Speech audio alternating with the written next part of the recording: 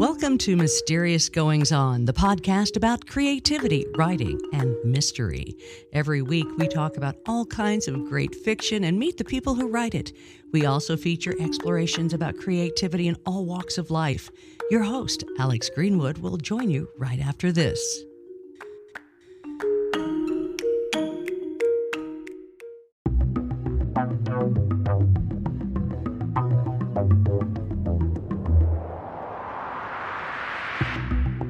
Hi, this is Priyanka Lalwani, composer of the film The Strange Guest. And you are listening to me on the podcast Mysterious Goings On with the awesome host, Alexander Greenwood.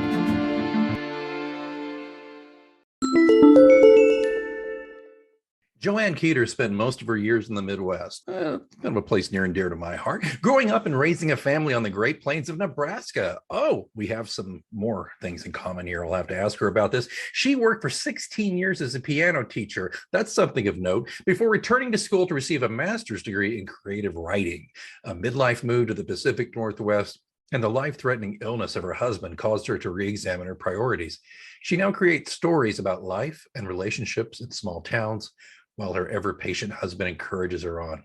She's an award-winning author. She currently has 9 novels and 7 short stories available on Amazon. And you, dear listener, have her right here in your dear little ears. Joann Keder, welcome to Mysterious Goings On. Thank you so much for having me. I really appreciate it. Oh, I appreciate having you on. Okay, first of all, I've got to get this out of the way. Okay, I've lived in the Midwest most of my life, and I lived in Nebraska for a time. What part? Very western part. I lived in Scottsbluff. Oh, okay. So Chadron is the farthest you can go, right? Chadron is north, yeah, and we were a bit south of Chadron, so right on the Nebraska-Wyoming border. I mean, it's beautiful country. I used to work at Peru State College on the other end of the state, and Chadron, right, was a sister college, and we would go out there for meetings every now and then. And I mean, it was, I mean, it's just an expanse. It's a trek.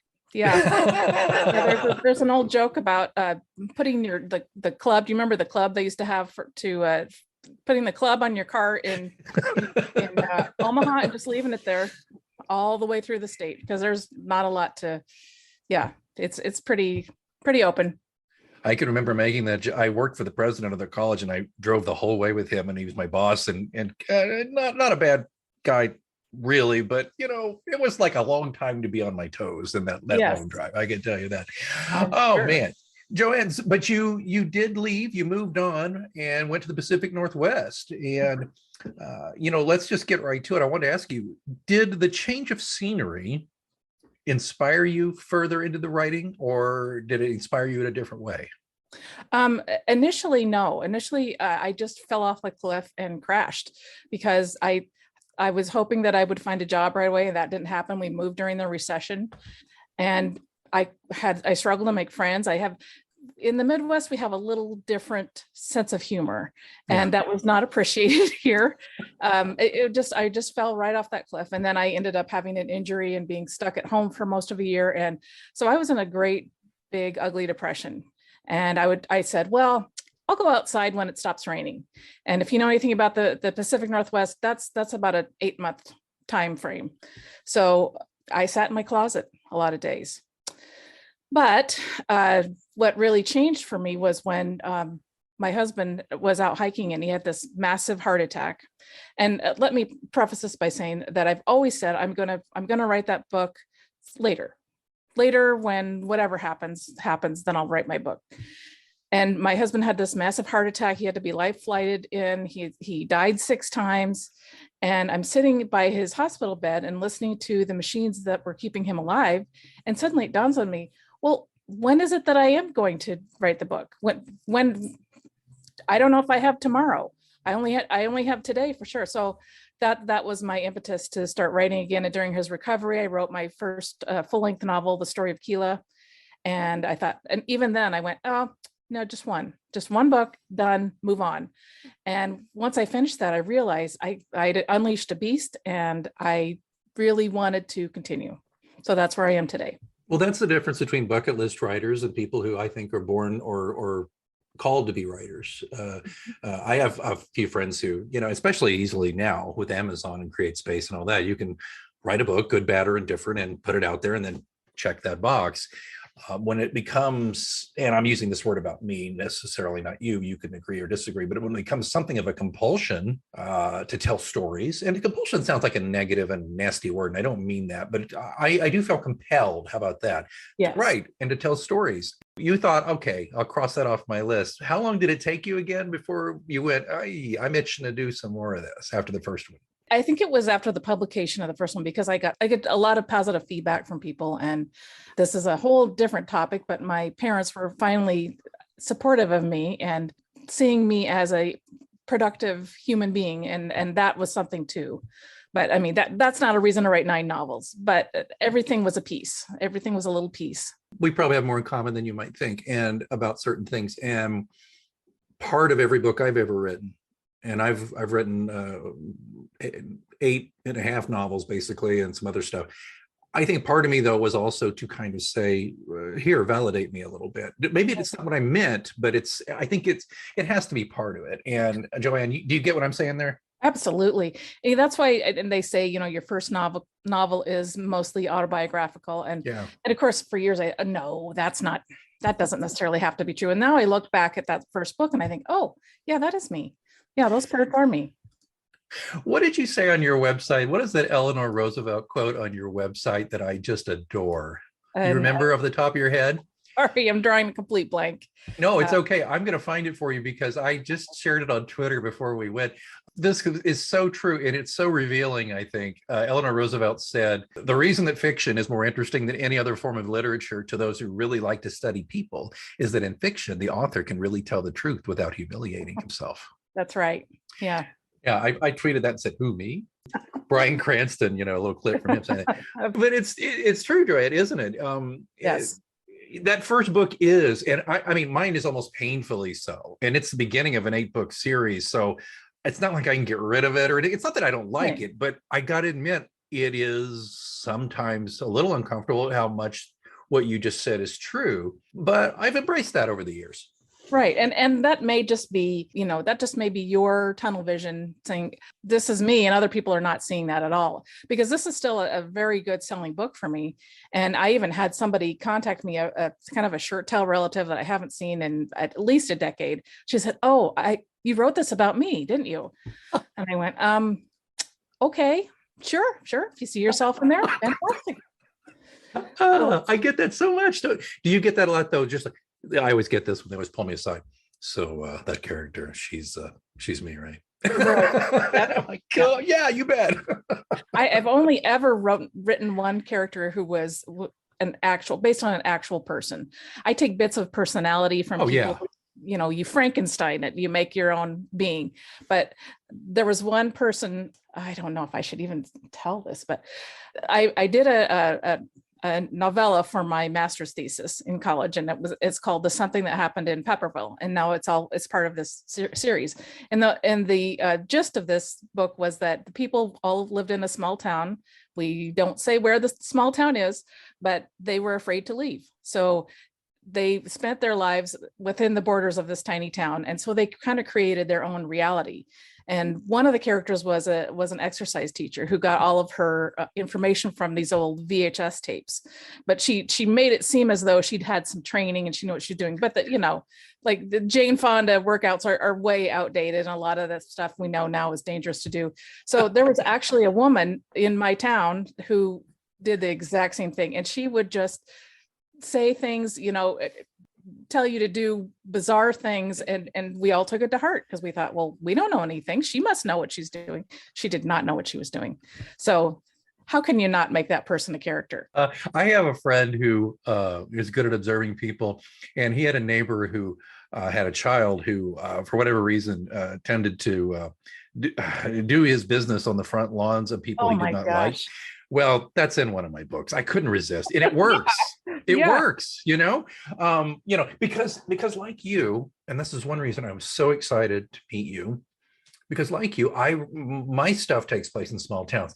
And I'm dying to ask you, Joann, what is it about small towns as a writer? I think part of it for me was it's a shortcut because a small town is manageable. If it takes place in a huge universe, it's tougher. But there's got to be more than that, right? Absolutely. So I'm going to say the first thing is you write what you know. And I spent my entire life up until we moved to the Pacific Northwest in a small town. So I know how that operates. I know how it works. And I'm not trying to say this in a derogatory manner, but there are very strange people, very, very unique people. Let me just say that you don't necessarily find in a city. And it's just a gold mine for experiences. And what I love the most is that no matter how bizarre the situation seems, people just they're very honest about it. And they just don't see anything strange about it. And I love that. And so you can just have so much more depth to your characters, I think. And it doesn't mean that people from big cities aren't interesting, but honestly, people from small towns are unique.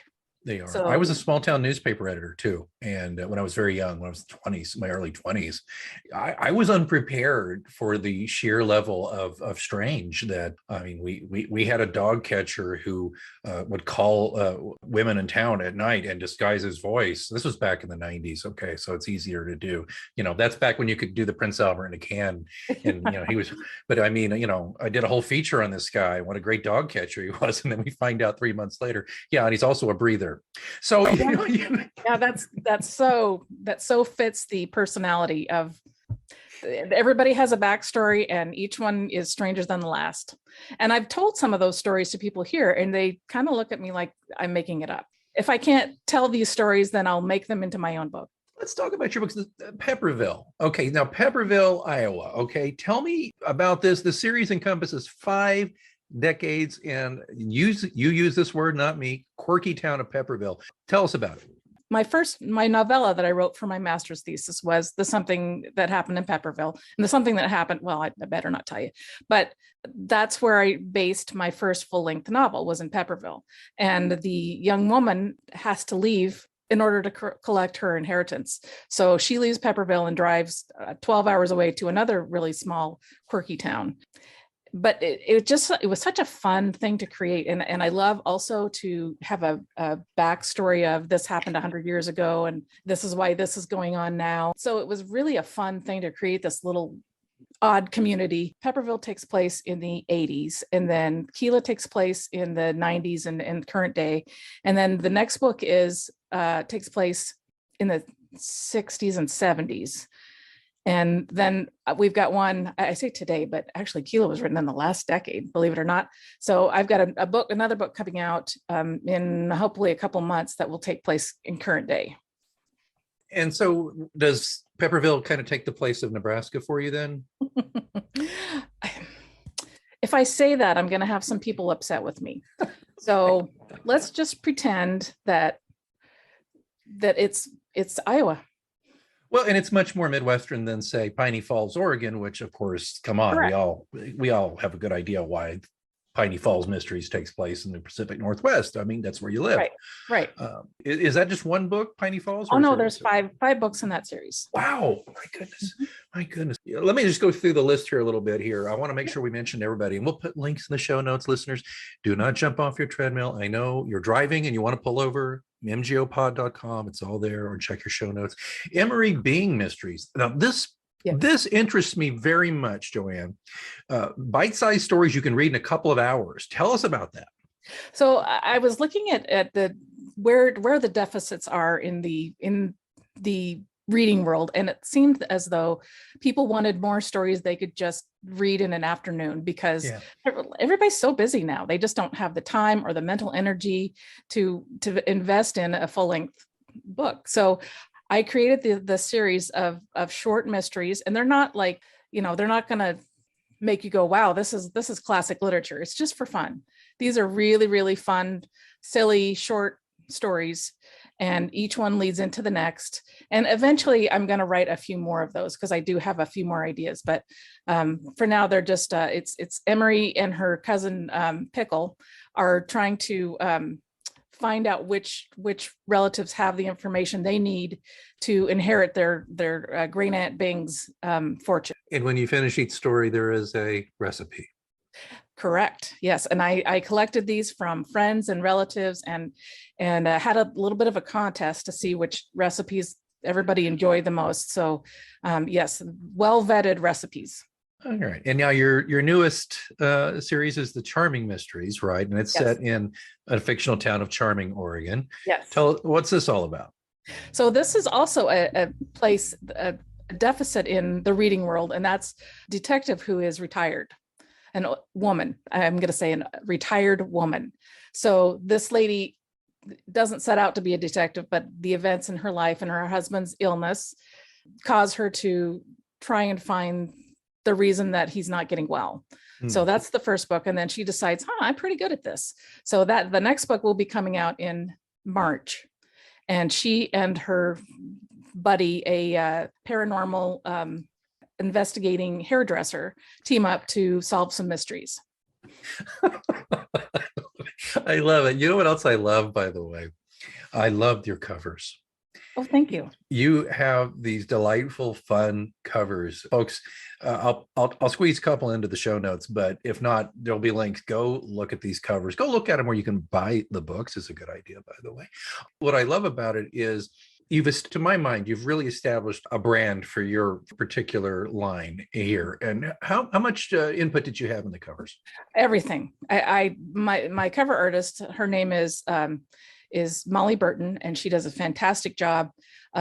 She sends out a questionnaire and you fill it in, but then really it is up to you to decide the colors and the theme. Now that's for the two mystery series, but right. The Pepperville series, again, I was new. I didn't know what I was doing. So I did an online contest for different artists to make a cover for me. So that's an actual artist drawing. And then the Franny Bell is another person. So those covers are going to be redone this year so that they're very uniform looking. Yeah, I reskinned my whole series after the first three because I didn't make a mistake necessarily. I did and I didn't. Here's what I did. I went to a noted artist here in town. He was at the Art Institute and all that. He was a great artist, but not necessarily a great commercial book cover artist. Mm-hmm. And so the art was great. You could hang it on your wall, but it didn't really help me sell books very well. Right. And so I went to a guy, Jason McIntyre, who's also a very good author in his own right, actually. And he helped me reskin the whole series, and my sales just went way up, and it's all uniform and looks nice and all that. So it's good.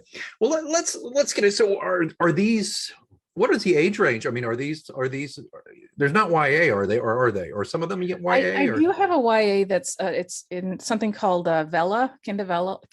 It's an experimental program.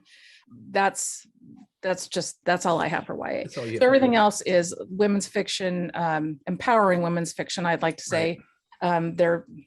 My characters range in age from 18 to 75. So very good. Yeah. I've got something there for everybody. Yeah, that's what I thought. I mean, they're just so welcoming. I love the cover and the work, and I love everything you're talking about, how they're made.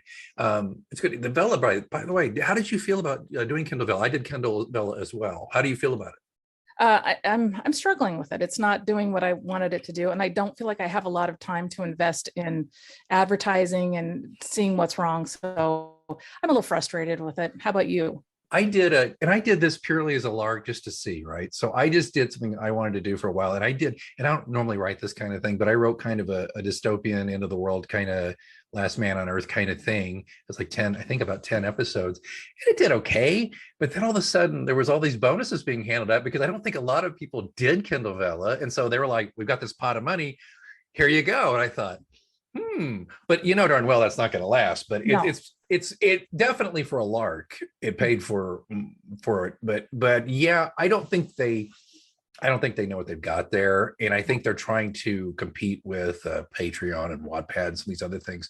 I don't know. They have probably a little more money than sense, as far as I'm concerned. That's why. So I'm probably not going to spend a lot of time on it. Since I just got my last book published, and I have no plans this year to write another novel. If I get an itch and I got some time, I might do it again there and just experiment with a different genre. But like you, it's just not at the top of my list. Right. Yeah. I don't foresee that as a money-making proposition. Maybe I'm wrong. And I have seen people that are very successful. Yeah. 100% sure how that works, but yeah, for right now, my focus is just these 3 series, and I'm happy with that. I'm wondering if Kindle Vella is just like anything else. If you've got a platform and people just are hungry for something new, they'll go, which a few of mine did. But if you don't, if you want to go there, I would not say going to Kindle Vella to build a platform necessarily is a great idea. Absolutely. Yeah. As you said, I just don't think it's well structured yet. Yeah. So the way it was sold to us was kind of, well, you just put it on here and you don't have to do anything with it. You don't have to publicize it, and there you go. And no, not come on, that's common sense.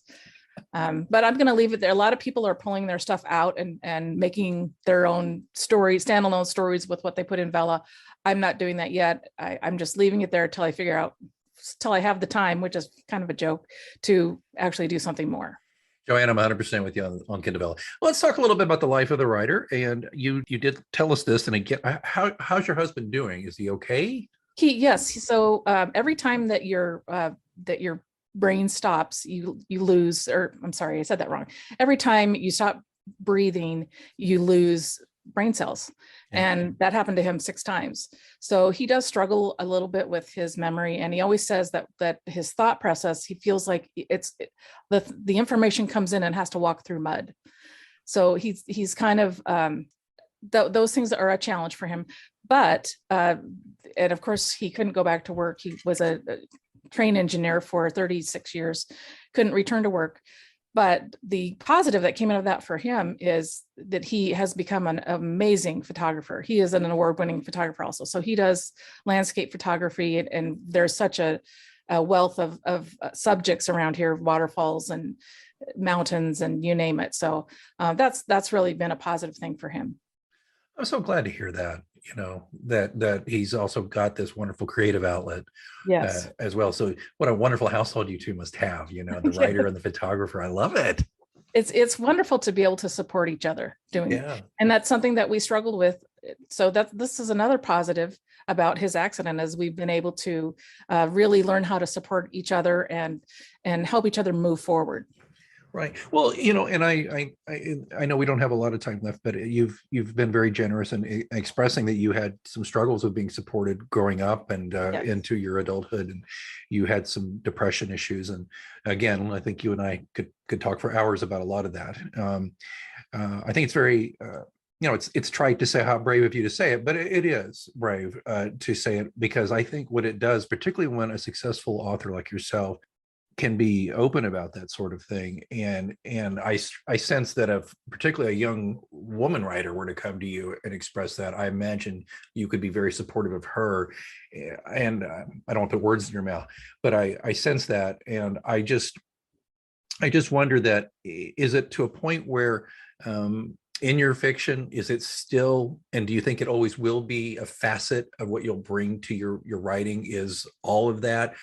Or do you think you've got to a point in your life and your career where maybe it's there, but it's not kind of hovering over your work, just that sense, if that makes sense to you? Yes. So yeah, I think you're right about it being there and not necessarily hovering over my work, because some of it, the earlier stuff, does have some darker elements. Yeah. But I do think that I've found some great medications to help me. And I think I have a better perspective, which, by the way, a lot of people say, oh, you go on medication and you lose your creativity. For me, it's absolutely the opposite, because it actually has given me some focus, and it blocks out some of the noise, and I can really focus on what I'm doing. So, and back to what you're saying about helping a young writer, I am on board helping anybody who's struggling with depression. I've been feeling alone, and know that you are not alone. That's the thing. Yeah. That's what I would like to help people do, because I've been there, and I know that you get to a point sometimes where there's nothing anybody can say to pull you out, and that's a scary place to be. It's terrifying. It really is. And most people don't understand it. Most people, not most, but many people I've encountered over the years who they don't understand it, and it frightens them. Mm-hmm. And there's this misconception that, oh, just pull yourself out by your bootstraps, right. Or, oh, here, let's go to a movie, or, oh, what's wrong with you? You have no reason to be depressed. There's myriad reasons why people experience depression. Right. And there's a lot of people who think they're depressed, but actually misdiagnosed. They have anxiety. Right. But a lot of people don't understand that anxiety is not always like, oh my gosh, oh my gosh, oh my gosh. Sometimes anxiety just causes you to what? Shut down. Right. And people think, oh, he's depressed.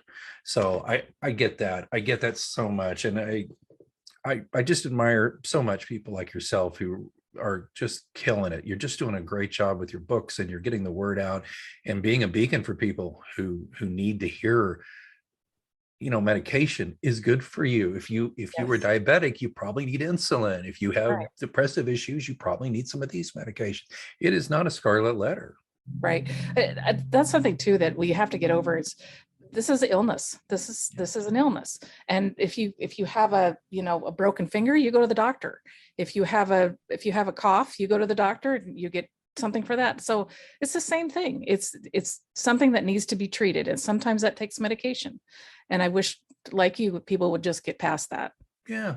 But it takes people like you to say that and be there. And, I've given some talks myself about it and explained it, and you do not have to be defined by your illness. Right. And you do not have to be defined by your childhood. Right. That does not mean you put it away like it never happened. But I just think people should work on not being defined by it, but using that stuff as propellant to get you through, to get you to the next level of health. And listen to me, like I'm just pontificating here when we're talking to you. But Joe, that's okay. That's all important. Well, and I feel that. So I want to, the time we have left here, where do we start? Brand new, everybody listening, Mysterious Goings On, where do we start for Joann Keder? Which series, which books? So I would start with, if you're more of a general fiction reader, I would start with The Story of Keela. If you really like those mysteries, I would start with Welcome to Piney Falls. Okay. And they're all available on Amazon. And you can order them from any bookstore if you wish. And yes, absolutely. Yeah, I encourage listeners to always go to your local bookstore. I mean, bookstores don't have a million shelves, but so they can't put every book in the world on them, but they certainly can order it for you. It might cost you a smidge more, but you're helping not only the author and you're helping the bookstore make a little bit of money, and you're helping yourself to get really good books, and encouraging people like Joann Keder and myself to keep writing, because that's what it's all about. Okay, so tell you what, if I checked in with you next year, what's going to happen? We're going to have another book under your belt, or two, or no. I'm going to have three books. Jeez. And I'm participating in an author anthology this summer. So that's a short story. We call it a short story, but it's really, significant. It's about 25,000 words. So that and these other 3 books, and then we'll see what else pops up. Well, I'm sorry you're so lazy, and you're not. You're making me feel incredibly lazy because I'm taking the year off. Recharging is not always a bad idea. But because as I always say, people are tired of hearing it or listening to the show. But being a writer is like always having homework, and I just decided that my homework was not going to be my series. Since I put my series to bed after 15 years, I'm going to take this year and just see what happens and do that. And that's really important too. You really have to give yourself that love, because everybody has their own path, their own timeline, and as you say, and I forgot the point I was going to make. I think it's okay to just go at your own speed. Yeah. And the good thing too about me not necessarily writing another mystery or thriller or suspense is I can read more of it, because when I'm in the midst of it, I don't like to read a lot of it because you don't want to. Me too. Yeah. Yep. Yeah. So I guess I'm going to add, thanks a lot. You've just added a few books to my stack by the bedside, but that's okay. Joann, I'm going to let you have the last word, because gosh knows I keep talking. So what's the last word before we say goodbye?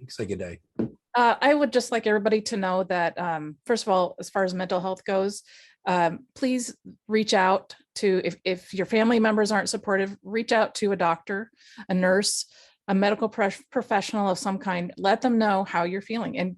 And this would be another whole show, but I told someone that I was suicidal, a doctor, and for a year, I didn't have any response from them. So don't just say, okay, well, then it must not be a big deal. Be persistent. This is for you. This is your health. Be persistent until you get the help that you know and deserve you need. And as far as my books go, I hope you read and enjoy them. And there's humor in every book, and I hope you can find the humor in every book as opposed to the dark parts of it. But I think there's some really good mysteries that no one has ever told me they figured out the mystery in the first book until the end. So I hope that you will read, enjoy, laugh, maybe cry, and send me a message if you read something, a passage that you really enjoyed. Let me know. I believe my contact is on my website, but it's jkederauthor@gmail.com. Just send me a little note and let me know you enjoyed it. Don't forget, just go to mgopod.com, and in the show notes, there'll be links to the books and, of course, joannkeder.com. And I believe that contact information, you'll be able to find her there. Joann Keder, I have enjoyed meeting you. I would just like to offer you an open invitation. If you ever want to come back and talk about something new, you know where to find us here on Mysterious Goings On. I would absolutely love to do that. And this has been such a pleasure. You're such a joy to speak with. And thank you to all your listeners for listening today.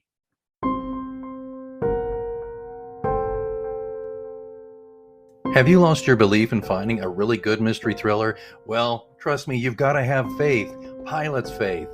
Kirkus Review says of the book that Greenwood pulls many tricks from his writer's satchel, has a quirkiness and energy, and snappy, snarky dialogue that keeps things moving briskly. A well-handled mystery with the appropriate twist at the end.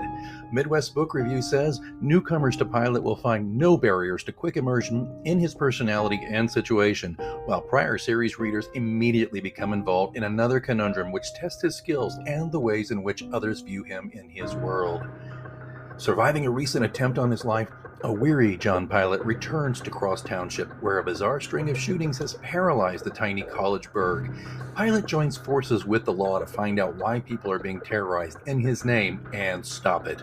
Unfortunately, when he turns to his family for support, he finds only hardened hearts. People are dying, accusing fingers are being pointed his way, and he has nowhere left to turn. Everything John Pilot believes in, family, sanity, and even himself, are shaken to the core in Pilot's faith. Online Book Club says, it's a gripping and fun story that kept me hooked. Greenwood's writing style is dynamic, and the book reads like a movie script. You can get John Pilot Series number 8, Pilot's Faith, exclusively in paperback and ebook on Amazon.com. And remember, in the end, it all comes down to faith. Pilot's Faith. A Caroline Street Press book by J. Alexander Greenwood. Thanks for joining us on Mysterious Goings On. Be sure to follow Mysterious Goings On wherever you get your podcast and never miss an episode. Don't forget, you can get the links to books and other things mentioned on the show at mgopod.com. Until next time, keep reading.